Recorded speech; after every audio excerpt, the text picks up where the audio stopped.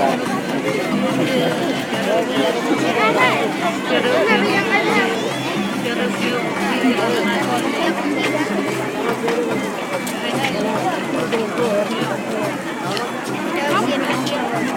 keti tapi lu. Aku kena minum keti ni. Dah sudah belum.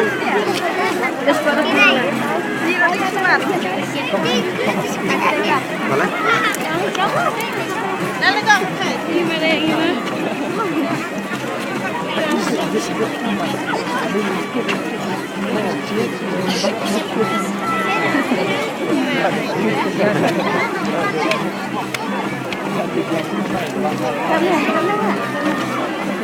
Oh, belum tidak siap dah.